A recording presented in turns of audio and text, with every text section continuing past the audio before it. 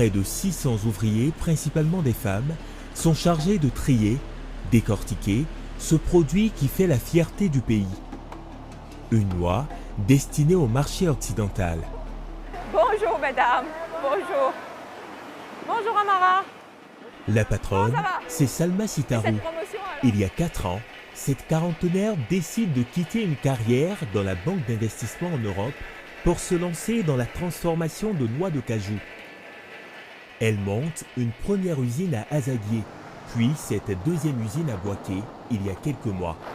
Et pour cela, elle n'hésite pas à mettre les gros moyens.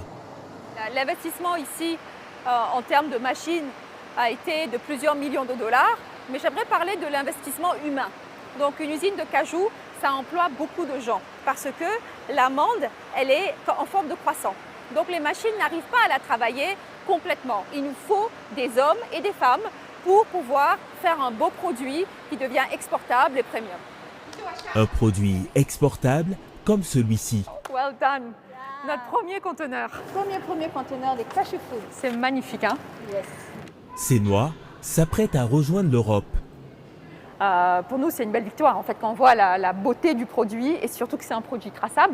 Ce produit-là, il est de Mancono. On connaît de quel planteur c'est venu, on connaît la coopérative qui a produit ces produits-là. Et aujourd'hui, le challenge pour nous, c'est de maintenir le rythme des 2 usines à plein pot pour notre clientèle qui est essentiellement européenne aujourd'hui.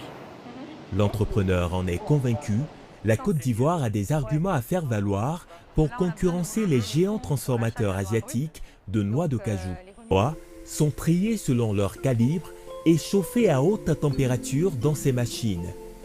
Pour avoir une belle couleur de l'amande de cajou, ça commence ici avec nos cuiseurs. Il est très important de le cuire à la bonne température. Donc ici, on est en train de cuire les noix à 98 degrés. Ça ne peut pas dépasser les 100 degrés. Sinon, ça impactera et la couleur et le niveau de brisure.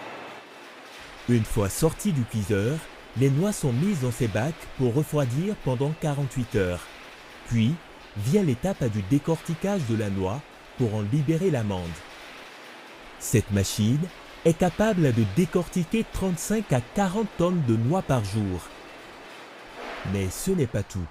Dans la salle adjacente, ces femmes sont chargées d'enlever les dernières imperfections à la main pour obtenir une noix parfaite.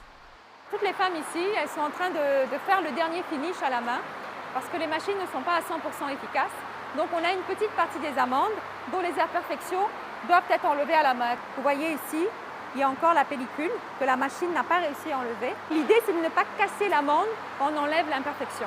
Si l'amande, elle se brise, la valeur économique est diminuée. Et donc pour être économique, une usine de noix de cajou doit forcément atteindre un maximum d'amandes entières.